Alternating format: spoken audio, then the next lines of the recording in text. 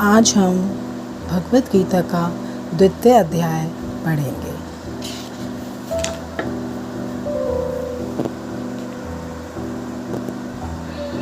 संजय बोले, करुणा व शोक से व्याकुल और सजल नेत्रों वाले अर्जुन से भगवान मधुसूदन ने इस प्रकार कहा।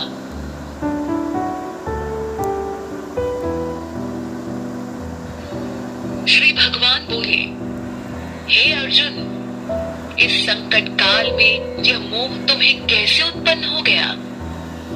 यह आचरण आर्य पुरुषों को शोभा नहीं देता, क्योंकि इससे न ही स्वर्ग मिलने वाला है और न यश। हे पार्थ, कायर मत बनो, यह तुम्हारे लिए उचित नहीं है। हे परंतप, हृदय की इस तुच्छ दुर्बलता को त्याग कर युद्ध के लिए खड़े हो जाओ। अर्जुन ने कहा, हे मधुसूदन, मैं युद्ध में भीष्म और द्रोण के विरुद्ध बाणों से कैसे लड़ूंगा? हे हरिसूदन, वे दोनों ही मेरे लिए पूजनीय हैं।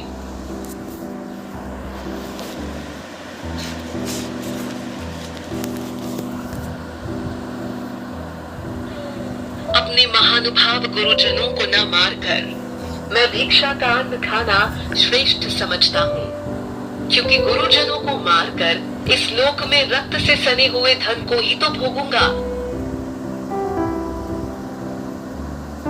हम तो यह भी नहीं जानते कि हमें क्या करना उचित है।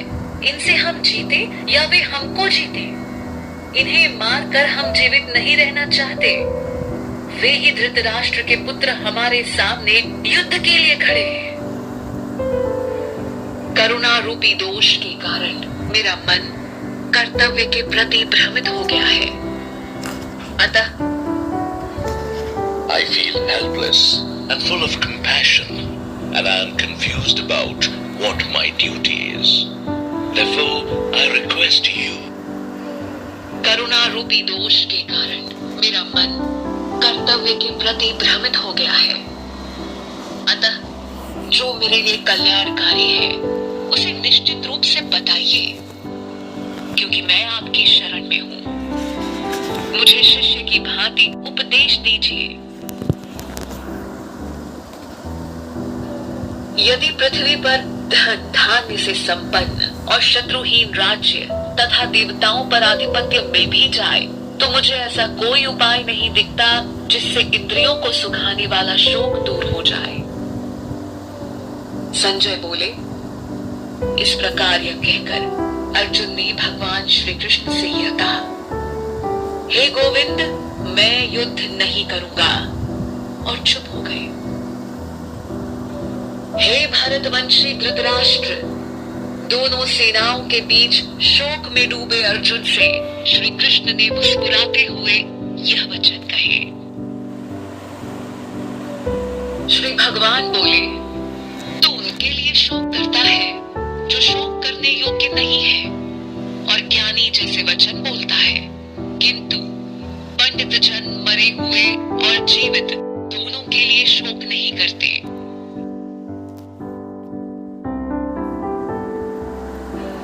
ऐसा नहीं है कि मैं किसी काल में नहीं था या तुम नहीं थे, अथवा ये राजा लोग नहीं थे, और ना ही ऐसा होगा कि भविष्य में हम सब नहीं रहेंगे। जैसे जीवात्मा की देह बचपन, जवानी और बुढ़ापा को पार करती है, वैसे ही मृत्यु के बाद जीवात्मा अन्य शरीर को धारण करती है। धीर पुरुष इससे विचलित नहीं होते।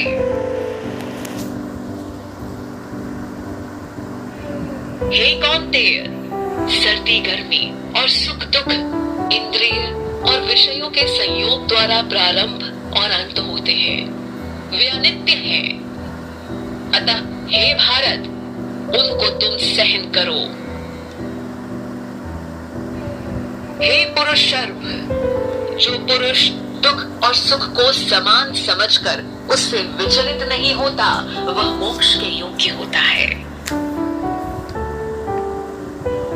असत्य का कोई अस्तित्व नहीं है और सत्य का अभाव भी नहीं है। इन दोनों की वास्तविकता तत्वदर्शी ज्ञानी द्वारा देखी गई है। तू इस अविनाशी तत्व को जान जिससे यह संपूर्ण जगत व्याप्त है। इस अविनाशी का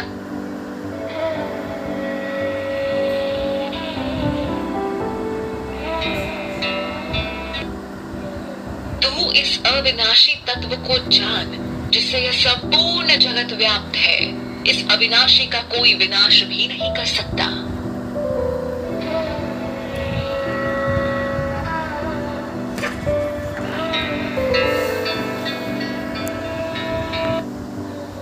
इस शरीर में आत्मा अविनाशी और अबोध गम्य है। शरीर नाशवान है। इसलिए हे भारत, तू युद्ध कर। जो इस आत्मा को मारने वाला समझता है और जो इसे मरा मानता है, वे दोनों नहीं जानते कि आत्मा न मरती है और न मारी जाती है।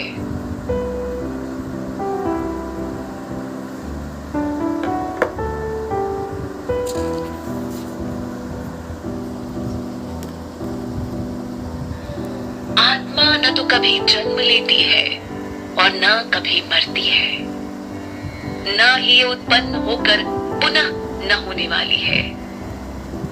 यह अजन्मा, नित्य, शाश्वत और पुरातन है।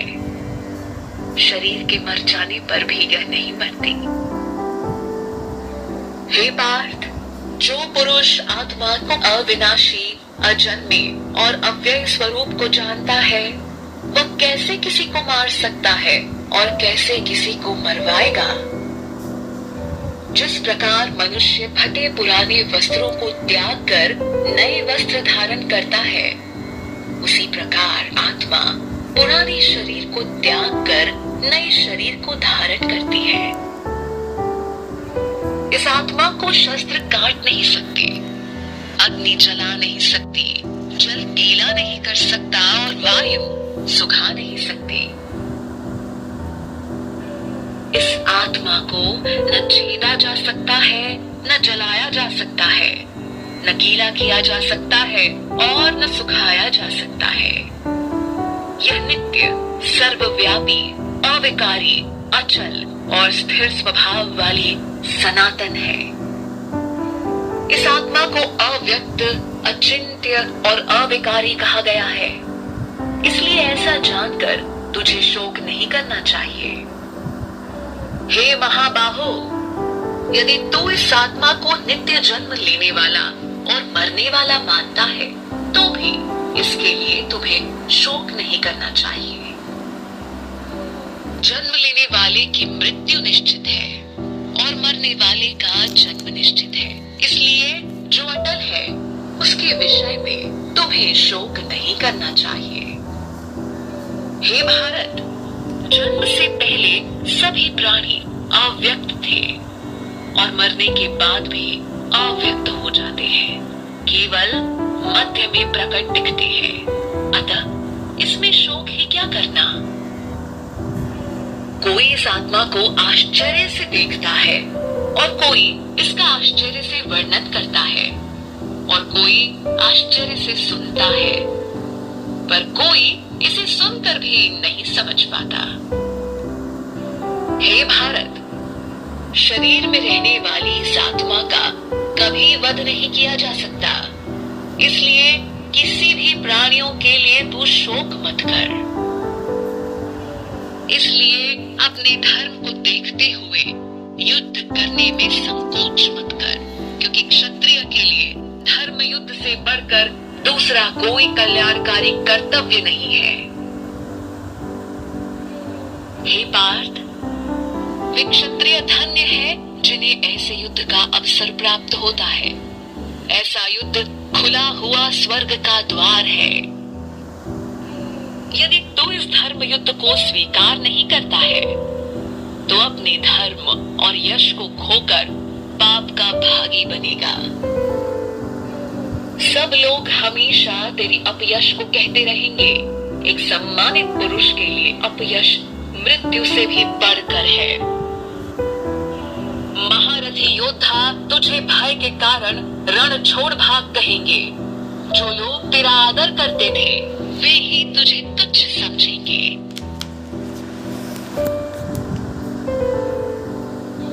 तेरे शत्रु तेरे सामर्थ्य की निंदा करते हुए बहुत से कटु वचन बोलेंगे, फिर उससे अधिक दुख तुझे क्या होगा?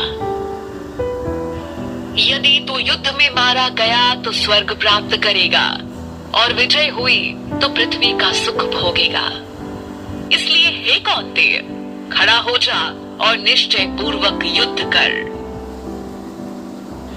सुख दुख, लाभ हानि और जय पराजय में संभाव रहकर युद्ध के लिए तैयार हो जा, फिर तुम्हें पाप नहीं लगेगा।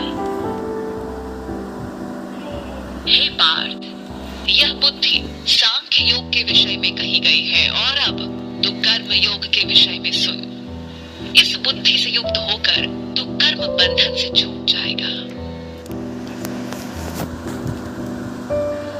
इस कर्म योग में किए गए प्रयास का नाश नहीं होता और ना ही फल दोष होता है।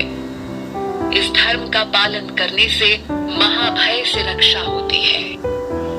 हे कुरु नंदन, इस कर्म योग में निश्चयात्मक बुद्धि एक ही होती है, किंतु अस्थिर चित्त वाले पुरुषों की बुद्धियां अनेक प्रकार की और अनंत होती है।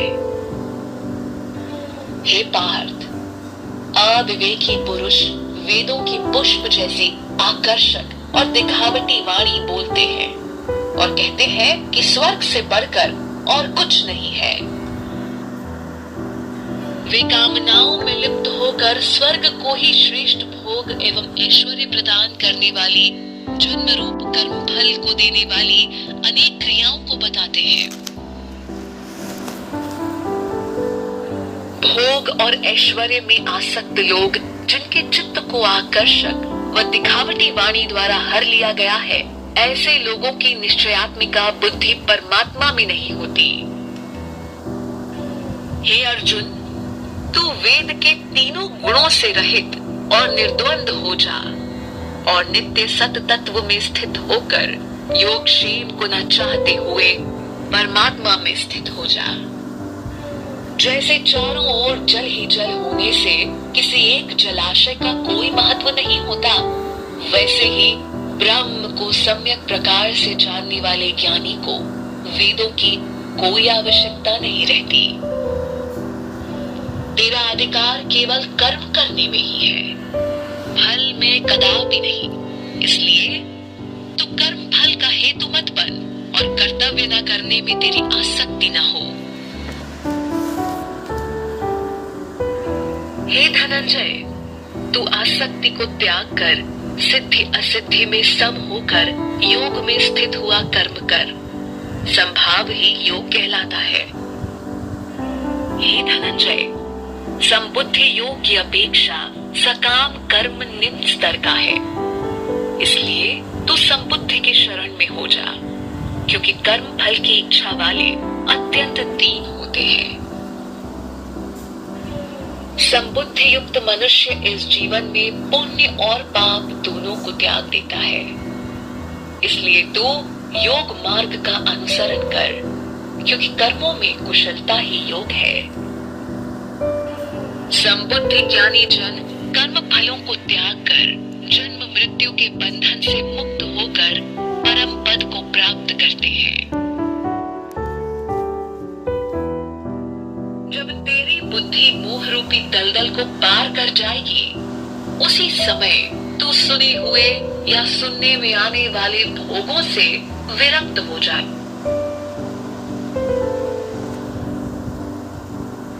जब अनेक विषयों के सुनने से विचलित हुई तेरी बुद्धि परमात्मा स्वरूप में स्थिर हो जाएगी, तब तू योग को प्राप्त करेगा। अर्जुन बोले, हे केशव, समाधि में स्थित स्थिर बुद्धि वाले पुरुष के क्या लक्षण है? वह कैसे बोलता है, कैसे बैठता है और कैसे चलता है?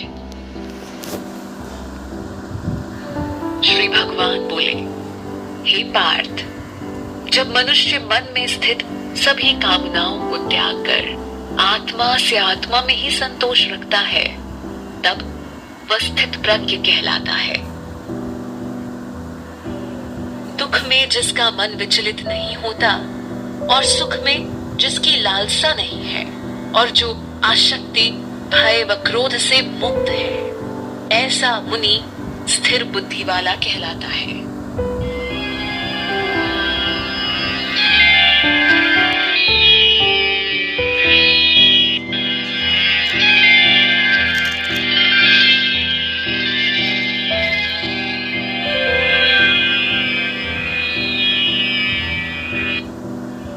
जो पुरुष सर्वत्र स्नेह रहित है तथा शुभ या अशुभ होने पर न तो प्रसन्न होता है और न दुखी होता है, वह प्रतिष्ठित बुद्धि वाला कहलाता है। जैसे कछुआ अपने अंगों को समेट लेता है, वैसे ही जब कर्म योगी अपनी इंद्रियों को इंद्रिय विषयों से हटा लेता है, तब उसकी बुद्धि स्थिर होती। इंद्रियों से विषयों को हटाने वाले पुरुष के विषय तो निवृत्त हो जाते हैं, पर भोगों में आसक्ति बनी रहती है। किंतु स्थित प्रज्ञ पुरुष परमात्म तत्व का अनुभव होने से निवृत्त हो जाता है। हे कौन्तेय, प्रयत्न करते रहने पर भी बुद्धिमान पुरुष के भी मन को ये चंचल इंद्रियां बलपूर्वक हर लेती है। इसलिए सभी इंद्रियों को वश में करके मुझसे युक्त और परायण हो जा, क्योंकि जिसकी इंद्रियां वश में होती है उसकी प्रज्ञा प्रतिष्ठित होती है।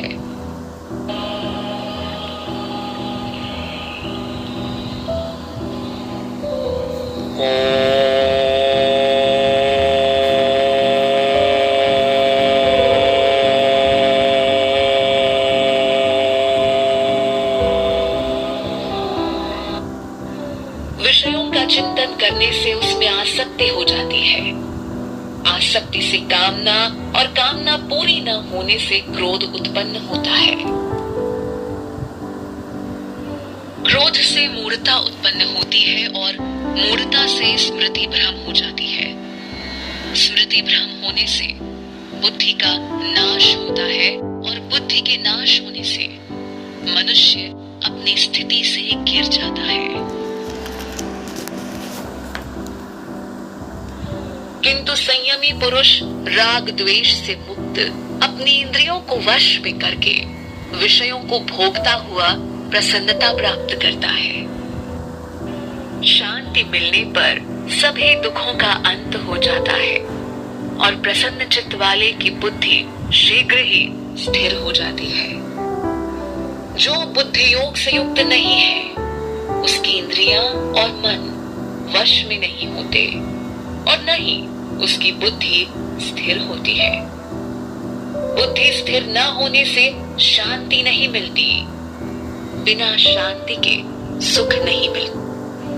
जब मन विषयों में विचरता हुआ इंद्रियों के पीछे दौड़ता है, तब इंद्रियां उसकी बुद्धि को हर लेती है, जैसे जल में प्रचंड वायु नाव को।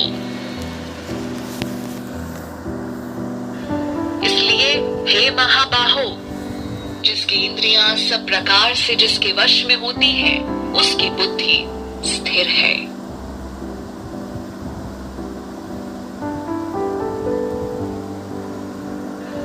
सभी प्राणियों के लिए जो रात्रि है, उसमें संयमी पुरुष जागता है, और जब सब प्राणी जागते हैं, तब मुनि के लिए रात्रि है।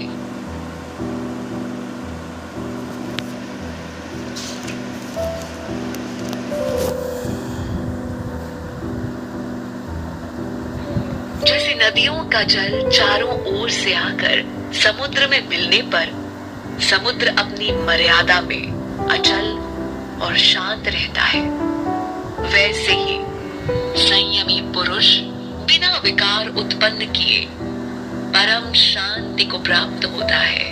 काम